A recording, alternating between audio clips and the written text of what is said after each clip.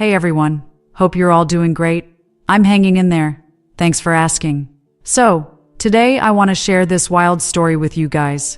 Seriously, don't skip any part of this or you'll totally miss the point. And you'll see. I'm telling you up front.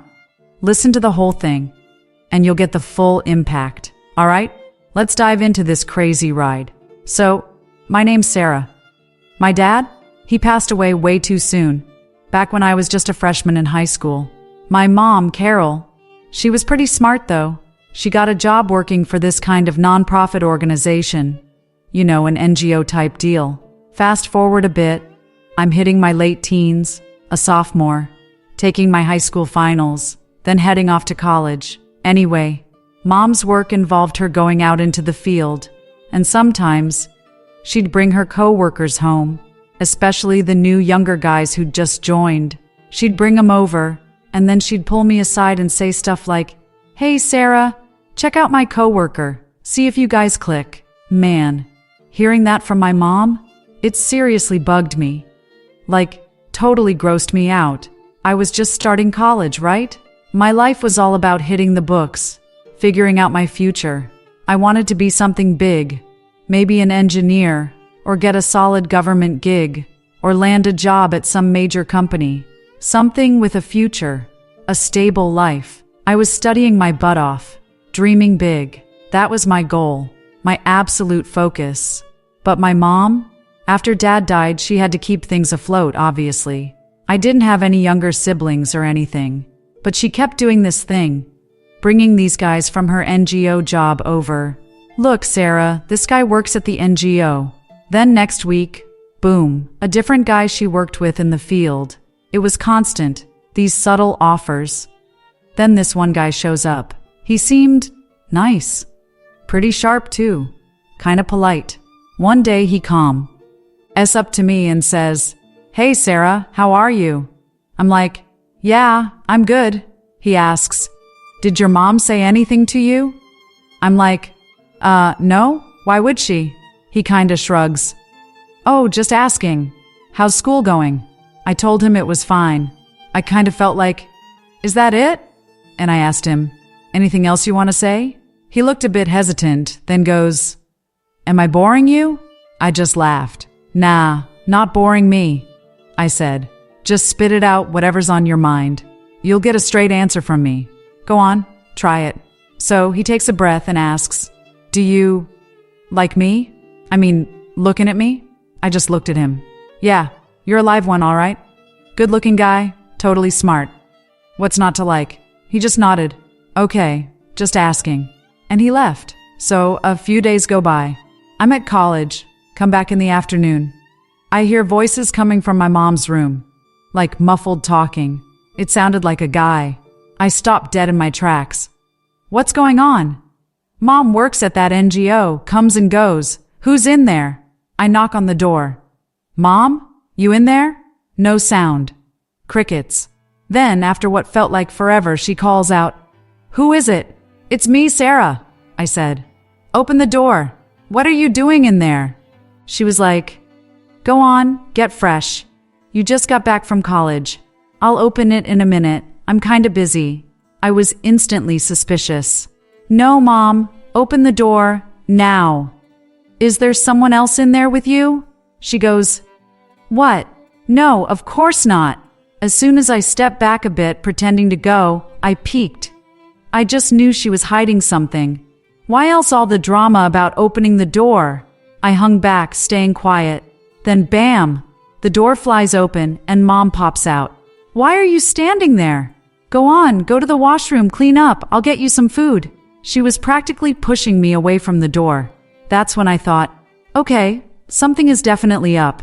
Mom is hiding something big. I pretended to head to the bathroom, but I just cracked the door open a tiny bit and looked back towards her room. And there he was, that same guy, Mike, the one Mom kept suggesting was a good match for me. I was stunned. I walked back towards her room, totally shocked. "Mom, what the heck? You bring this guy here, talk about him marrying me, and you're in here with him? What were you doing?" She kinda stumbled over her words. "Oh, you saw?" Well, okay, since you saw, I'll tell you the truth. I had some office work, couldn't finish it at the office. Had to spread out the papers here with the fan on. What's the big deal? I just stared. Oh, that's it? Okay. But Mom, locked door? In the middle of the afternoon? There's no one else here, no little brother, Dad's gone. You're locking yourself in your room with a guy to do office work? I didn't let on how totally unbelievable I found it. Okay, I said. Whatever. I decided to watch and see what happened next. And sure enough, it happened again. And again. I realized this wasn't a one-off thing. Mom was having these guys over regularly. I mean, I was older now, I wasn't stupid, I got what was going on. It was like that saying, a thief gets caught eventually. It happened again just like before. I came home from college, same deal. They were probably just getting back from working in the field too. They'd come to our place to, I guess, chill for a bit, clean up. And then Mom would spend time with him. This time, I walked right in, caught them red-handed. Mom, I said, I've seen what's going on. Day after day, you're doing this with this guy. I get it now. I know what's happening. You don't need to explain. What's done is done. I won't tell anyone. Just admit it. She sent the guy away. He looked all sweaty and flustered coming out of the room. I knew exactly what had gone down. After he left, Mom turned to me. Sarah, she said, how long has your father been gone? Do you know everything I've done to raise you? Working this NGO job and, yeah, sometimes bringing these guys home, spending time with them. They give me some money, you know. It's how we manage. How I pay for your school. Things have been okay, right? I was floored. No, Mom. This is not okay. You shouldn't be doing this. You could have told me. I would have gotten a tutoring job, anything. I'm a good student. I'm smart. Why this? She got defensive. No, Sarah, it's not just about that. What about me? Your father's been gone for years. How long am I supposed to just exist? I did everything for you. I need things too. A personal life. Do I have to spell it out for you? Don't you get it? You're grown now. When are you going to get some sense? She was getting angry. I just backed away from her. After that, she kept trying to set me up with other coworkers from her office. But I just couldn't. I looked at them and thought, they're all similar. Maybe one or two seemed okay, but most of them? Like that guy Mike? No way. Marrying one of them? It felt wrong. Like marrying someone just like him. I just kept thinking about my future. I had no dad, no siblings. Mom wasn't going to be around forever. I had to get my education, stand on my own 2 feet, get a good job. That was my focus. I kept studying, but Mom's constant pressure, her talking, it was starting to mess with my head. It was distracting me, hurting my grades a little. She wouldn't let up. Another guy, then another, coming to the house. It felt less like a home and more like a meeting spot. Finally, I just couldn't take it anymore. I looked at Mom and said, "Okay, Mom, seriously, what am I supposed to do? My schoolwork is getting messed up. I can't focus. I'm worried about you, what you're doing. And then you keep bringing these guys for me. Are you even gonna let me study?" She softened a little. "Yes, Sarah, of course you'll study. You're in college now, but you need to get married, start your future. I'm not gonna be around forever, you know. Your father went just like that. Maybe I'll go before you. Maybe you'll go before me. Who knows? There's no order to it. If I could just get you settled, married off, I could die in peace. You know?" Her words hit me hard. She was thinking that far ahead? "Okay, Mom," I said, surprised. "Fine. Whatever you think is best. What do you want me to do?" And she said it again. "That guy you saw in my room that day, Mike? How do you feel about him?" I couldn't believe it. "Mom, are you serious? Him? After everything? The guy I saw you with? Marry him? No way. Never. That's crazy. I saw what he was doing. How can I marry him? Honestly, I feel like calling him uncle now, you know? Can't you understand? I'm your daughter. You want me to tell you everything, right? She sighed. Okay, fine. Do you like anyone else? I shook my head. No, Mom. I'm only focused on studying. That's it. No time for dating or anything like that in college. I'm there to get my degree, make a good future for myself. I'm trying so hard, Mom. And you're working at that NGO to raise me, and then you're doing this. It's messing with my head. It feels like my studies are gonna fall apart. What am I supposed to do? Please, stop this. Just focus on your job until I'm done with school and can support myself. Don't talk about marriage yet. Days turned into weeks. Then one night, late, guess who shows up? That same guy, Mike. He just came in, acted like he was a regular visitor. Then he turned to me, serious. Look, he said, don't say a word. Your mom owes me $300,000. She borrowed it bit by bit, promising she'd marry you off to me. It was a plan. Suddenly I got it. It wasn't just about money for living expenses. This was a whole setup. Mom owed him, and I was the payment. I looked at Mom, but she wouldn't even look at me. She wouldn't answer when I asked her about it. Mike and Mom must have cooked this up because I wasn't agreeing to anything. I got scared, but also angry. Listen, I said to Mike, if you try anything at all, I'm calling the neighbors, the elders in the community. You'll be in serious trouble. He just smirked. Go ahead, he said. Call whoever you want. You're a young girl, unmarried. If you make a scene like that, if this gets out, about you being involved with me, causing a fuss, your reputation will be ruined. It's your name that'll be mud, not mine. He had me there. He was right. I felt trapped, cornered. What could I do? Okay, I said finally, my voice shaking. What do I have to do? He looked pleased. Just this one night, he said. I want to stay here, with you. I couldn't believe it. Him? The guy who was involved with my mom? Now coming after me? Why? I asked. You're here all the time anyway, visiting Mom, acting like a guest, like family. Now you want me? What do you think this is? He just shrugged. Think of it that way if you want. Just tell me, are you agreeing to my proposal? He wouldn't back down. It was late, maybe 10 p.m. already. Then Mom spoke up. Sarah, she said, her voice flat, just say yes to whatever he says, or it'll cause a big problem.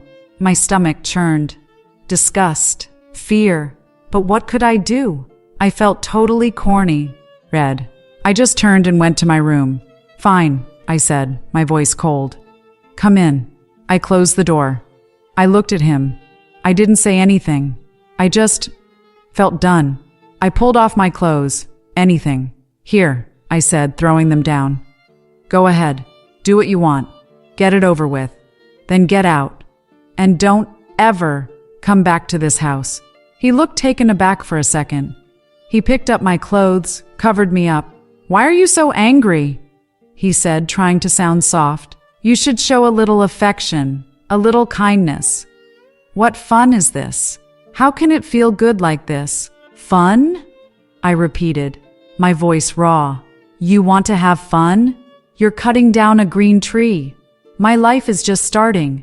I'm a good student in college, trying to build my future. My mom works at an NGO, and I'm using this chance to get my education, stand on my own 2 feet, be someone. My teachers even say I can be something big if I just focus on my studies. And you and my mom, what are you guys doing? I just unloaded, all the anger and hurt and confusion pouring out. Anyway, after that, the guy Mike just quietly left my room and left the house. Mom cornered me right away. Sarah, she said, angry, you did the wrong thing. You'll regret this. How am I supposed to get my paycheck properly now? That guy's money? That's what's been paying for your school all this time. And I promised him I'd arrange for you two to get married eventually. I gave him my word. He fell for a beautiful girl like you. Maybe you don't like him, but what am I supposed to tell him now? It clicked. So, Mom? I said, my voice shaking. You mean, you've basically sold me to pay for my education? Is that it? Then why even pretend to work at an NGO? Why don't you just stay home? Or is the NGO thing just a lie? Where do you actually go? I started pushing back, asking about her office. She'd just get defensive, avoid it. Oh, office is fine. No need for you to see it. Let's go here instead. She'd take me shopping at the mall, to the movies, to the park, buy me sweets. Anything to avoid showing me her office. That's when I started investigating on my own. Secretly. I wanted to know where she really went. And I found out. She wasn't working at any NGO. My mother was going to a place. A residential motel, maybe? Something like that. She'd leave every morning around 10 a.m., dressed up, looking nice. And she'd come back in the afternoon, right around the time office workers would finish. In between, she was meeting customers. Men. She was working as a prostitute. That's how she was getting the extra money, on top of whatever the NGO cover story was. I found out by watching, keeping my distance, seeing her routine, how men would come and go, discovering the truth about my mother. It was devastating, painful. Why? Why would my beautiful mother choose this life? My heart just broke. My grandparents were gone. I only had one uncle, Mom's brother, Uncle David. I couldn't stay there anymore. I packed a bag and ran away to his place, furious and heartbroken. I told him everything, the whole story. Uncle David? I said, tears streaming down my face. After Dad died, Mom, she chose this path. This is what she's doing. Is this right? My uncle looked shocked. No, Sarah. What? You didn't tell me sooner? If it's that bad? If you can't stay there, you'll stay here. You'll finish your studies from my place. I felt a wave of relief. He gave me a place to live, a chance to study. He was taking responsibility. But then Mom showed up at his house looking for me. Oh, Sarah, she said, spotting me. No other place to go, huh? Had to run back to my brother's? Uncle David stood up to her. Carol, he said, using her name. Serious. What are you doing? Is this how you treat your daughter? You're her mother. I never expected this from you. And what is this I hear? What Sarah told me. Are you going to those places? Doing those things? Why? He said she was dressing too fancy, going to salons, cutting her hair, looking younger by the day. What's this beauty secret? What are you doing? He demanded. That's when I just blurted it all out again, right in front of Mom. Uncle David, I said. My mom, she does this, and this. She told me she worked at an NGO, but I never went there with her. I saw her bringing coworkers home, spending time with men. I caught her. She'd just brush it off. When I tried to see her office, she wouldn't take me. She took me to the mall, to the park, everywhere but her office. I found out secretly. She goes to that place, catches customers. That's what your sister does. Uncle David turned to Mom, his face hard. Carol, get out of my house. Right now. Don't ever come back here. I'm ashamed to even call you my sister. Sarah is my responsibility now. I'll make sure she finishes her studies, gets a good job, and I'll arrange her marriage. You leave. Mom's face fell. She looked ashamed for a second, then just turned and left for her place without a word. I stayed at my uncle's. I knew Mom was stubborn and proud of her looks. I was scared to go back, worried she'd make things really hard for me. Staying with Uncle seemed like the best option. You know that saying? Escaping from a spider web only to get caught in an iron net? Yeah, that was me. I was living at Uncle David's. His wife, my aunt, and their little kid, who was about 3, were away visiting family just a few miles down the road. Uncle David had dropped them off, so it was just me and him in the house. I was going to college from his place now, focusing on my studies. I thought I knew my uncle. Well, one day turns into 2. Then late at night, maybe 11 or 12 p.m., Uncle David comes to my room. I just finished studying, turned off the light, and was trying to sleep. I heard a tap on the door. Sarah? Sarah? Yeah. Uncle? What's up? I asked, opening the door a crack. Need something? He said, Nah, just can't sleep. Feeling kinda down. Your aunt went to her parents. The house feels empty. I don't want to sleep alone. Come sleep in my room? We can watch some TV or just talk. I'm kinda stressed out tonight. I thought about it. Okay. Going to his room seemed better than him coming into mine. Okay, Uncle, I said. I'll come to your room. I went in, turned on the TV quietly, and sat on the couch. Then he asks, Hey, make us some tea, huh? I feel like having some tea. Tea? At midnight? I'd never seen him do that. But I went and made some tea anyway. We sat there drinking it. He started talking. Sarah, he said, listen, you're my niece. Whatever your mom did, that's on her. If your dad was still alive, maybe she wouldn't have done that. You did the right thing coming here. But maybe try talking to her. Try to understand. And I'll talk to her too. Help her set things right. He was saying all the right things. Sounding so mature and understanding. I actually started to think maybe he was really gonna be a good influence. Help us. After we finished the tea, he said, Hey, you should sleep in my bed. Over here. Let's just talk for a bit. I'm really not sleepy. I didn't think much of it. He sounded so normal. I just got onto his bed, lay down on his pillow. Then he turned off the light. Suddenly, the room was dark, only the sound of the fan. Uncle, I said, maybe don't turn off the light. If it's gonna be dark, I'll just go back to my room. No, he said. I like it better with the light off. Stay. And then, I couldn't avoid it. He reached for me. He grabbed me and pulled me close. Sarah, he whispered, don't think wrong of me. But looking at you, your beauty, your youth, your whole body, you're so soft, so beautiful. You're grown up now, in college. Are you seeing anyone? Do you have a boyfriend? I felt my whole body freeze. A weird tingling sensation. What was happening? His vibe totally changed.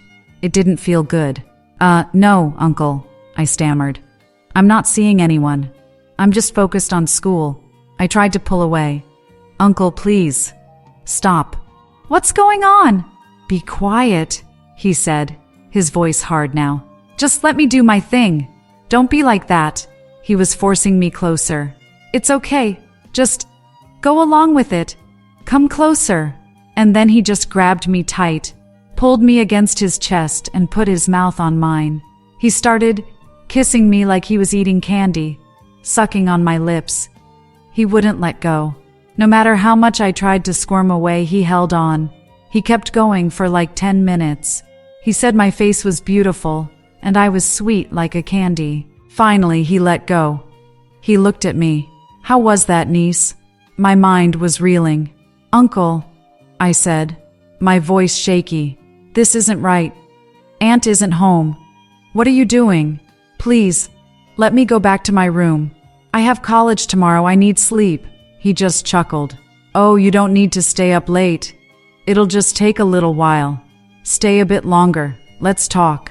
But talking wasn't what he wanted. He kept going. He forced me. What happened next? With my uncle. I don't even want to describe it fully. It was my first time. At first it felt awful, terrible. But after some time, something shifted. It felt confusing. I don't know how to explain it. Like my body just gave up.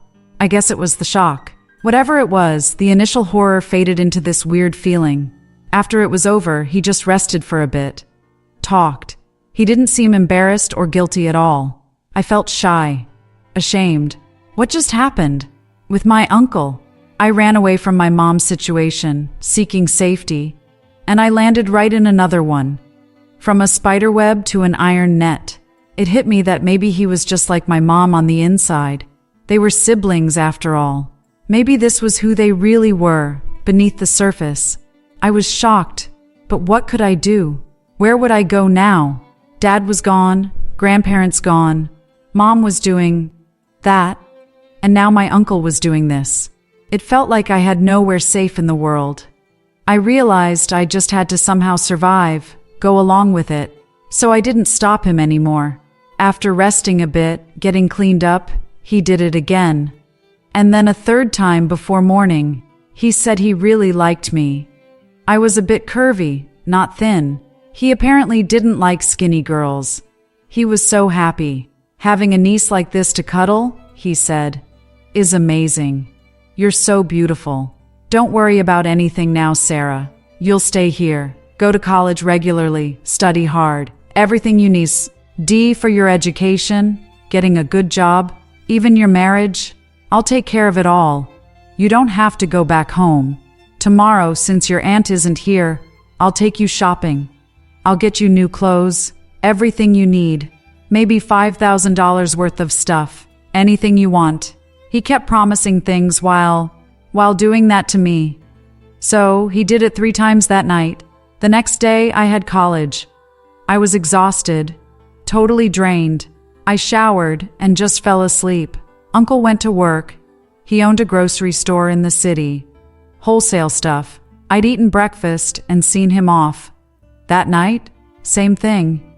He came back and just did it again. I felt that initial resistance then. That same weird, confusing feeling again. Anyway, it happened that night too.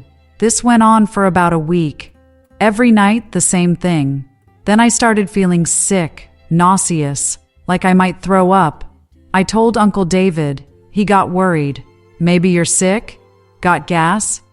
He took me to a doctor's office himself. The doctor checked me out and said it wasn't what I was worried about. He gave me some medicine, and the nausea got better. The days and nights blurred. The pattern with my uncle continued. My aunt didn't come back for a whole month. Uncle David and I just lived like that. He was happy. He was always buying me stuff, whatever I wanted. Where was the difference between him and Mom now, I wondered? Both using me in different ways, for their own stuff. But through it all, I kept studying. Somehow, I got tougher, sharper. I finished my master's degree, and Uncle David actually helped me get a job. A good one, like a really good government job. Then, you know what? Fate has a funny way of working. I found someone myself, a good guy from my area. We connected, fell for each other. I decided I wasn't waiting for anyone to arrange my marriage. I did it myself. We got married legally, just the 2 of us, courthouse style. Then I brought my husband to Uncle David's house. And then I went to my mom's place. I looked at her. Mom, I said, from today you live a decent, proper life. Stay home. Don't go out doing that. I'm a government officer now. A person of the law. If you step out of line, I will take action against you. Live according to the rules. You and Uncle David, you're exactly the same. You need to change. You spent your lives blocking mine instead of living right. But I fought for my life. I never gave up. And I won. Yeah, guys. Marrying a solid guy, getting a good job. You can imagine how happy I was finally. I wrote all of this down in my diary. And today, I'm sharing this story with you. So, how did you guys feel after hearing all that? If you liked it, hit that subscribe button right now. Give the video a thumbs up and share it so your friends can hear it too. And hey, I'll be back tomorrow with another story. Until then, everyone, take care. Look after yourselves, your families, and make sure your little ones go to school. That's it for now. Bye-bye.